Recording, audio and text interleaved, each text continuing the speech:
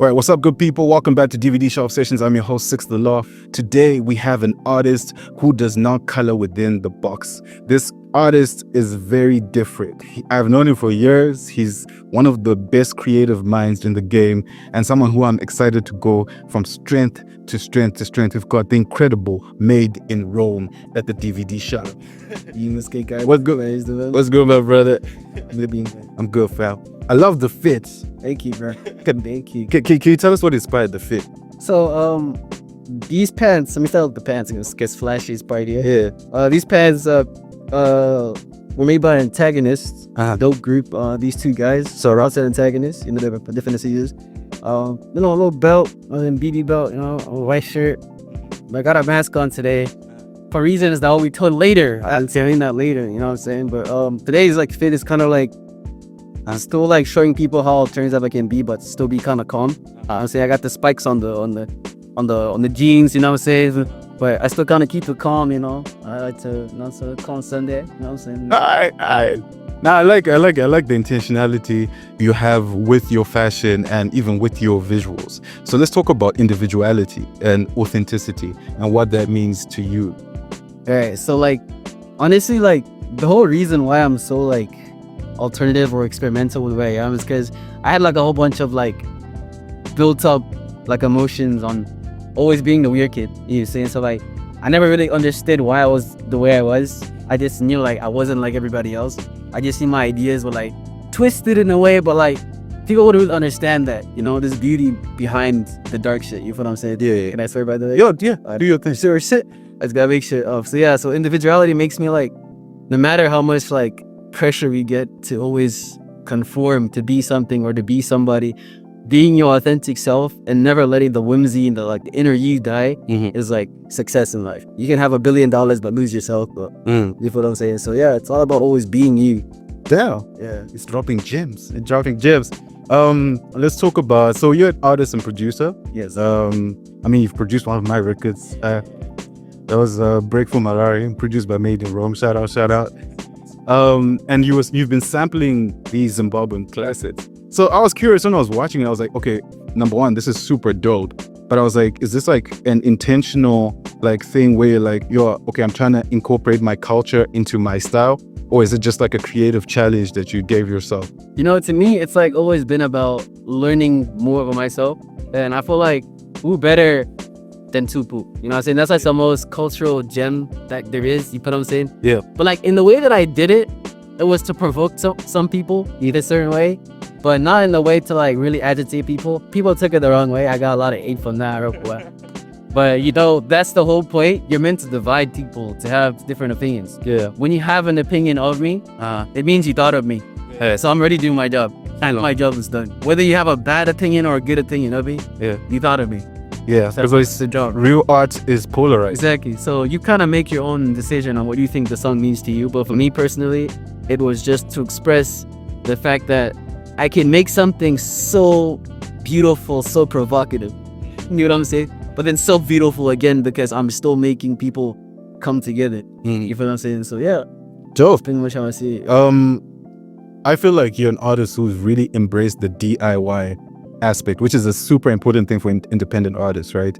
Especially in the times that we're living right now. Like you don't wait for permission, you don't wait for like, this cosigns, like you just like tap into your community and create like some amazing work.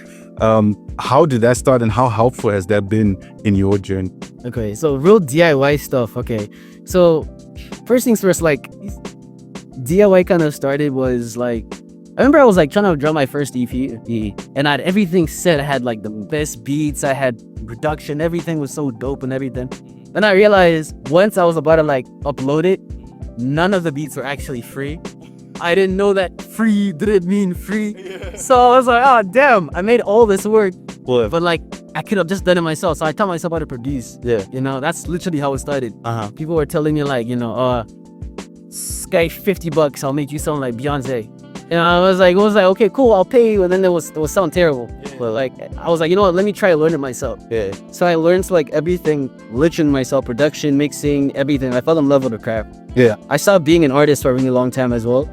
Just focusing on production because I knew like how valuable it's gonna be one. And also like, just like doing it yourself, because you know, Mirawan, dog, it's not it, dog. It's not it, yeah. Because you will spend your whole life waiting for someone to save you that's not coming. Yeah. You feel what I'm saying? So it's like literally just pulling yourself up and then like, you know what, bro? Let me attempt this myself. If it fails, then I know I tried. Yeah. If it works, hey man, it works. Yeah. You feel what I'm saying? So always DIYs. That's why I even created my Strays group chat. It's like a Strays community. People. There's all kinds of people all across the world. You just feel different. Yeah. They want to just take initiative to do things for themselves.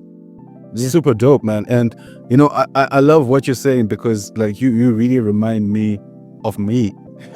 Basically, because that's pretty much how I started producing. Like I used to go to studios and like the production, I wouldn't be happy with the production, so I'll just let me do this myself, you know. So I really recognize with that. You we started off with your fit, right? You're in fashion. Like I remember there's a fabric party where they actually played your record. Oh, there as well, right? And you modeled as well, exactly. And you have like a very strong community, right? Who show up for you.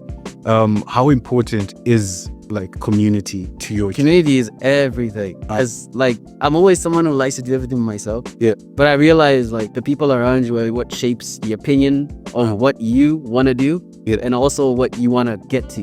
Yeah. Because like, I understand like the kids that are around me, bro, they remind me of younger me. I remember being 13-year-old me, be like, no, I want to get piercings, I want to get tats, I want to be a rapper, I want to, you know. Yeah. And then I actually became what I wanted as a kid. Yeah. And I'm succeeding at doing that at the moment. Yeah. I'm inspiring more kids that were just like me. True. The kid that didn't go out, wasn't allowed to go out. Yeah. What I'm saying was always just making beats and tinkering or something like that in the computer. Yeah. Just being the nerdy, you know, really antisocial kid. Yeah. But I knew like, man, I know I feel this way. I know there's gotta be someone else that feels that same way. True.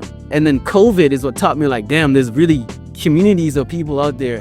Discord, WhatsApp. I met a lot of my closest people on like group chats. Yeah. And just like, literally. So I see myself in the youth so much that I have to give them a voice. You know, I have to like tell them, man, if you want to do this, dog, do it. Try it, dog. You know what I'm saying? If it fails, then dog, you tried. We've learned and live. Yeah. But if you never try it, dog, then you always live with that regret, knowing that you never tried. So even if you're 60 years old, dog, and you're still doing this shit, oh well, dog. Yeah, it's your dream. It's your dream. That's kind of like incorporating the whole process of like believing in yourself and moving your fashion with you. Yeah. You know, one of my favorite moments is when you were headlining Thrift and Threads. And like all these kids were like, yo, they all just run at you, right? And I'm like, yo, kids, man. You know what I'm saying? Believe in the kids. And I just remember, because I've known you obviously for like years. So I've seen you from when you were literally the kid going like, yo, I'm trying to do this, to now like you're a thought leader, taste maker, you know, in the space. So that's like super, super dope. Let's get into some movie and game talk. So we've got like a couple of movies behind us. So if you feel like you see something that you resonate with, or he's right. What do y'all niggas know about Late Night with the Devil? What y'all know about this? What y'all know about this one right here? Man, this is a special gem right here, boy. Man, okay, so this one is about this man you see right here. I don't know his real name, I forgot. His name is forgot his name, but then I know his name. So basically he sells a part of himself for it's like night show, because he had like successful run, you know, doing his thing, whatever. And then he got to a point where he succeeded everything that he wanted, and then he wanted more. So he quite literally, spoiler, sacrifices his wife. Yeah. And then her conjuring spirit, if you see in the back, is in that little girl. So that little girl starts manifesting the spirit that then basically kills everybody on set. And I haven't watched it in a while, but this was a really, really good movie. Symbolism was amazing in this. And it's a sleeper. It's a sleeper one. I promise you watch this, you have a different perspective on a lot. And how much this can like turn you from being somebody who was admired to someone who just became like a greedy person, you know, who sacrificed your own blood for success. You know what I'm saying? So yeah. Still a film right here, man. Yeah. Late Night with the Devil. We seen it. Oh, this is the dude who's playing Bysonder. And he was in Suicide Squad. And Suicide Squad as well. Okay. Then there's another movie here, but you played the game. Until Dawn. I played the game. Yes. This game, this came out in like this was a while ago. So this game is about like these kids that go to this like remote camp plays type thing. And then like it's like a story-based game, so every decision that you make affects the whole game. So if you mess around and like she's like the wrong route, you could kill the character and then she's like rubbed off of the whole entire game. Dang. So there's these two girls that go like missing. They fall into this random thingy of bones. They become these creatures that start attacking everybody. Then your decisions curate how the story moves on. And this is such a beautiful like written game. People didn't like this. People said, but I love this game.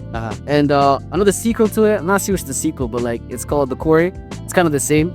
But this game, when I was legit, yeah, I got the. This is amazing, bro. When I was saying, especially the scene where you gotta hold the controller straight because there's a monster that moves in front of you. So you gotta hold the controller like completely straight, otherwise it attacks you. You were playing on which console? This was PS3, bro. PS3, dog. Damn. Imagine. Yeah. Then PS4. Then PS4. Yeah, yes, PS4. The controller had to like stay still with the. Yeah. But yeah. Dope. So come through to Showtime. They've got some dope games as well. Madeinromee is about to give us a dope performance. Are you ready for your performance? Before we get into your performance, can you explain the name Madeinromee? Madeinromee. Okay. Yeah. All right. So this is like one of the first times I've been this publicly. I've always just told people this, and they kind of just need the lore, but then not actually know the lore. So this is the first time speaking about this. Dope. So Madeinromee. Okay. So the Rome is an acronym. So Rome stands for Revenge on My Every Emotion. So when I started making music, it was. I didn't know I was making music. I just knew I was really angry. I was really frustrated. I was very sad. I was very depressed. So I made music. I didn't even know it was music, but I was just making music.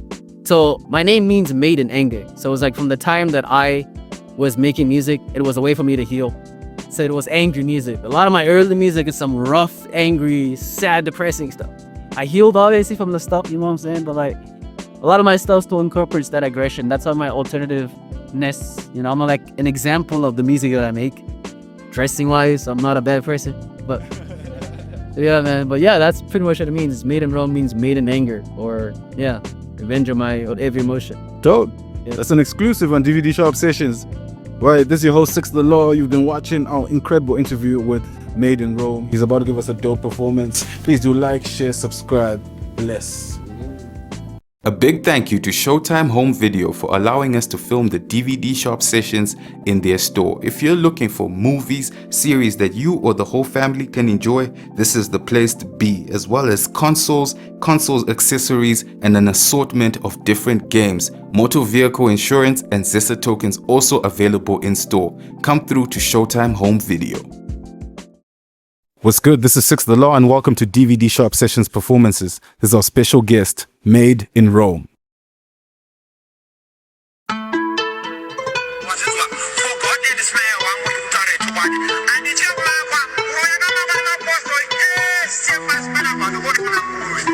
Yeah, Rome, what the? Wow. Yeah. I don't really wanna say I need you. Really got a bit of amnesia. I don't really come outside. You cannot see me. No John Cena. I'm killing these niggas with verses. Call me a being, and you niggas better get ready. This is not tanga gurira. It's like a simple she jaded up. All the people like Sandy don't fight it up. Heard you niggas just say I'm a monster, an imposter, a son with no father. Why would I bother if I'm talking to niggas who gossip? Great. Lately I've been up since 8. This is the only life that I'll take. I don't really wanna say I need you. Really got a bit of amnesia. I don't really come outside. You cannot see me. No John Cena. I'm killing these niggas with verses. Call me a being, and you niggas better get ready. The sun not tanga reader.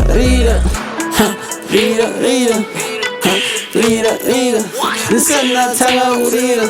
The sun not tanga. Ballin' since I was a jit, nobody taught me shit. I was a miracle baby, they wanted all of my shit. They wanted black for my shit. The sun not tanga gurira. The sun not tanga gurira. The sun not tanga gurira. The sun not tanga gurira. The sun not tanga gurira. Sun not tanga gurira. Yeah. Sun not tanga gurira. I don't really wanna say I need you. Really got a bit of amnesia. I don't really come outside. You cannot see me. No John Cena. I'm killing these niggas with verses. Call me a being, and you niggas better get ready. The sun not tanga reader.